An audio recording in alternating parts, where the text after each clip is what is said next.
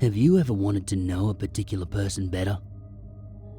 To be able to predict his or her every move and reaction?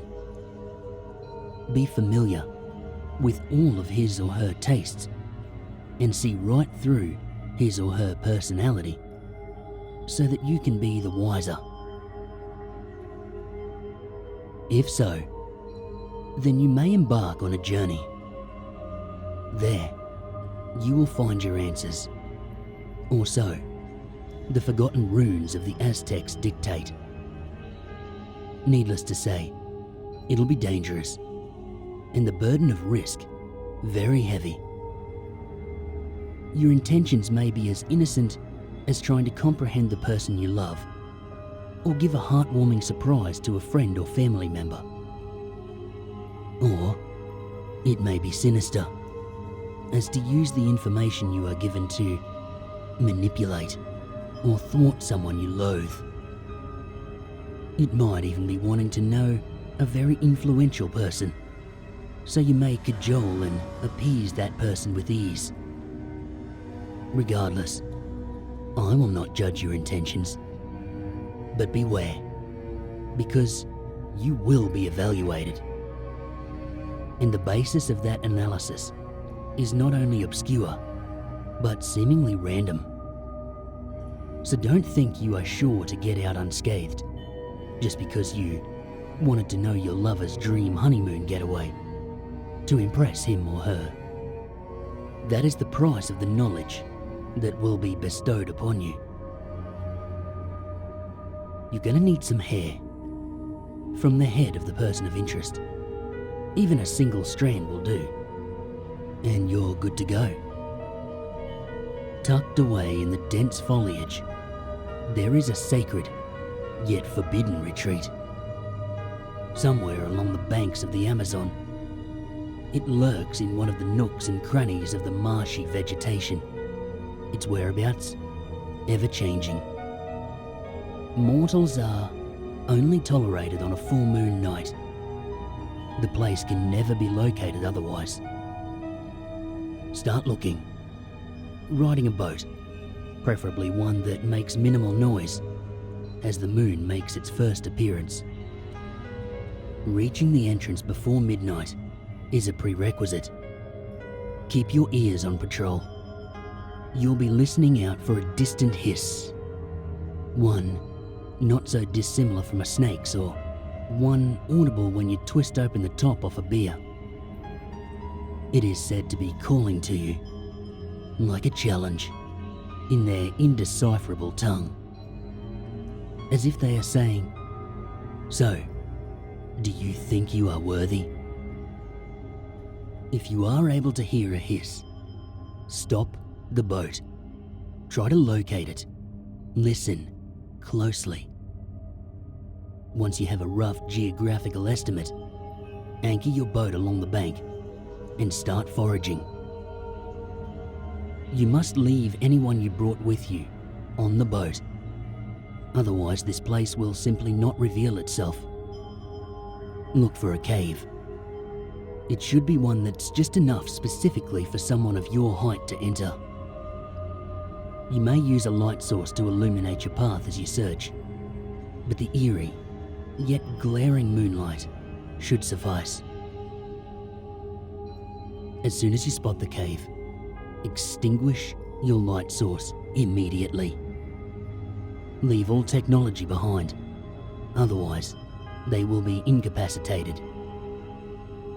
Bear nothing with you other than your clothing. Bare your feet. The moonlight should generate a lighting synonymous to the rustic images of early television, devoid of colour, ominously monochromatic. Muster up your courage. You're going to need every ounce of it. When you're ready, walk inside. It's going to be pitch black at first, so walk very cautiously to make sure you don't get lost. Use the walls to navigate. Feel for a pattern of carved series of circles at the height of your hands. There will be diverted paths and forks. Feel for the pattern.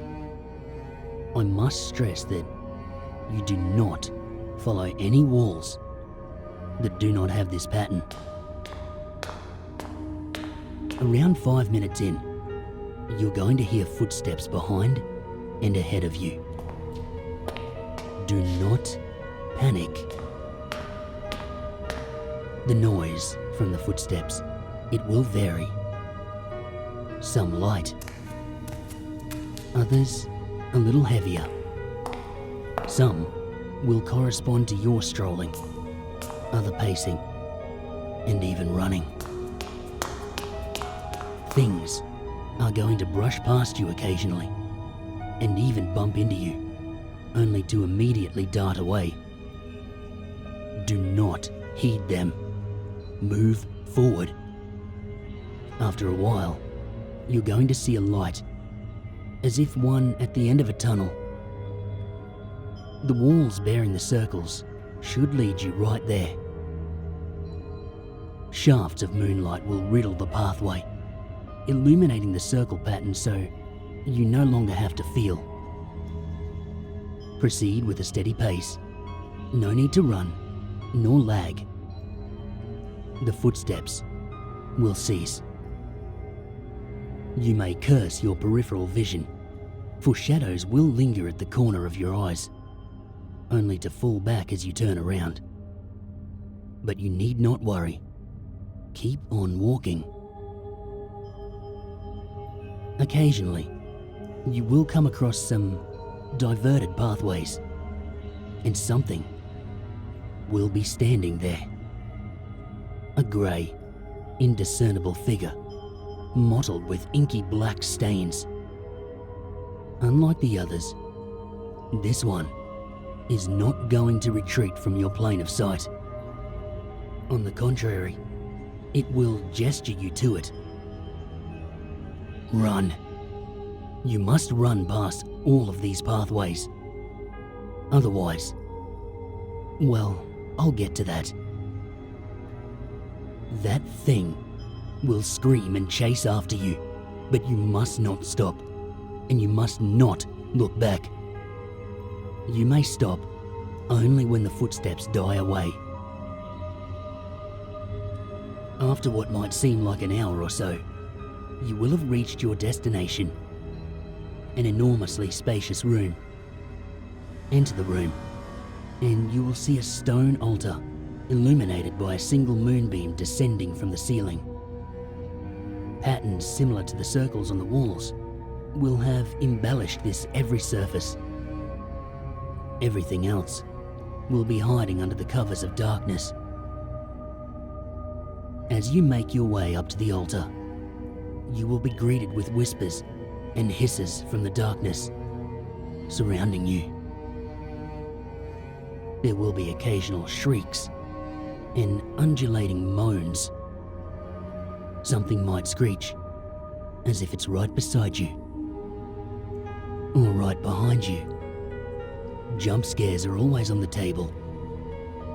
Anything to draw your attention.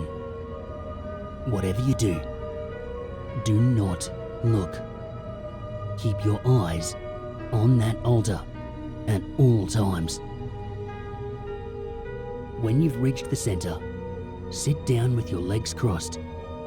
The full moon will be visible through a slit on the roof as it pools the altar with its ghastly, yet eerily mysterious light.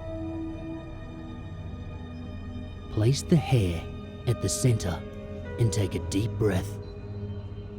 Close your eyes and pronounce in a low voice, as humbly as you can. Facekeeper, bestow upon me your knowledge. The noises in the darkness will halt. Open your eyes and look at the hair. The hair will be set ablaze, but not by conventional fire. The tiny flames will emanate a soft, white, opalescent glow. Your body will note a steep temperature drop. There will be a presence around you, which you will find to be oddly reminiscent.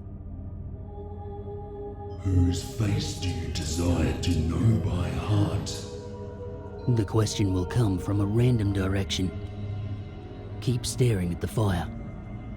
The voice will be none other than your own, grim and solemn, and it will speak in the same language you used to summon it. Now, say the person's name. There will be a period of silence. Do not look up or make any kind of noise. Remain seated as you are. Why do you want to know that face by heart? Again, from a random location, in the same voice and language. Now state your intention as honestly as you can. It should be obvious that you must not lie. In the case that you do, remember that it will not only know of it, but also take account of that lie when passing judgment on you. There will be a longer period of silence now. I urge that you remain as you are. Are you worthy? The voice will suddenly reveal itself right behind you. Do not take your eyes off the flames. As adamantly as you can, you say yes.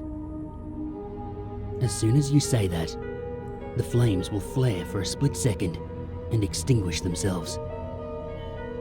You will hear a multitude of malevolent hisses all around you. A grim, spiteful aura will burden the air. You will be under the impression that an otherworldly presence is approaching you from far ahead. Stay as you are and keep on staring at the ashes. At one point, all the noise will reach an abrupt halt. A violent surge of wind will blow the ashes onto you, and you will black out. You will open your eyes to the cacophony of birds rising at dawn. You will be lying at the place where you spotted the cave. Only the cave will be no more. Rise, gather up your things and go back to your boat. Now, you can naturally think exactly like your desired person, as if you can dress yourself in that person's very mental makeup. Of course, you can take it off just as easily. However, in the case that you are not worthy, be prepared to face nothing but sheer confusion and frustration for the rest of your life. The Facekeeper will have robbed you of who you are. You will know nothing.